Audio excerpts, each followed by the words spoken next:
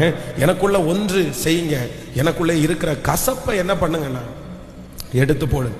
நான் எதோட புது வருஷத்துக்குள்ள போக கூடாதுன்னா கசப்போட ஒரு புதிய வருஷத்துக்குள்ள நான் போக கூடாதுப்பா. ஆனா இந்த கசப்பை உங்களுடைய இருதயத்துக்குள்ள நீங்க எடுத்து போடாம வச்சிருந்தீங்க அப்படின்னு சொன்னா இந்த கசப்பு ஒரு ஸ்லோ பாய்சன் மாதிரி உங்களுக்குள்ளே ஒரு விஷத்தை ஒருத்தன் குடிச்சிட்டு நான் சாகாம இருப்பேன் அப்படின்னு சொல்ல முடியாது. இந்த கசப்பு என்கிறதற்கு ஒரு பெரிய இந்த கசப்பினுடைய முடிவு என்ன அப்படின்னா நம்மள அந்த கசப்பு கொஞ்சம் கொஞ்சமா என்ன பண்ணும்னா நம்மள கொன்றும்.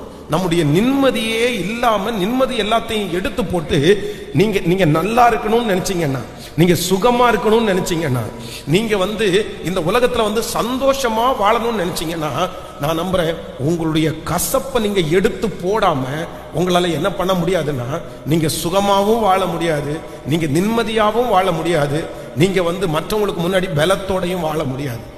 எப்போ உங்களுடைய கசப்பு நியாயமானதா இருக்கலாம், நியாயமானதா இருக்கலாம். ஆனா இந்த கசப்பை ஏன் எடுத்து போடுங்கன்னு சொல்றோம், கர்த்தர் சொல்லி இருக்கிறார் அப்படின்னு சொன்னா அடுத்தவர்களுக்காக அல்ல, மற்றவர்களுக்காக அல்ல.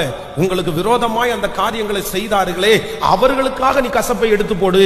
நீ ஆண்டவருடைய பிள்ளை, அதனால நீ கசப்பை எடுத்து போடு. நீ தேவனுடைய ராஜ்யத்துக்கு வரணும், அதனால கசப்பை எடுத்து போடு அப்படின்னு ஆண்டவர் சொல்றதை விட கர்த்தர் என்ன சொல்றாருன்னா, இந்த கசப்பை உன்னிடத்திலிருந்து நம்மிடத்திலிருந்து நம்ம எடுத்து போடல அப்படின்னு சொன்னா ஆபத்து வேற எதுவும் இல்லை. யாருக்கு ஆபத்து அப்படின்னா நமக்கு அது நல்லது இல்லை, நமக்கு அது ஆசீர்வாதம் இல்லை.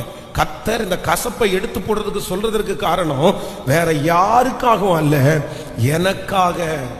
எனக்காக நான் சுகமாய் வாழ்வதற்காக, நான் நன்றாய் வாழ்வதற்காக, நான் சிரித்து வாழ்வதற்காக, நான் சந்தோஷமாய் இருப்பதற்காக எனக்குள்ளே இருக்கிற கசப்பை எடுத்து போடக்கூடிய கிருபையை கர்த்தர் தருவாராக.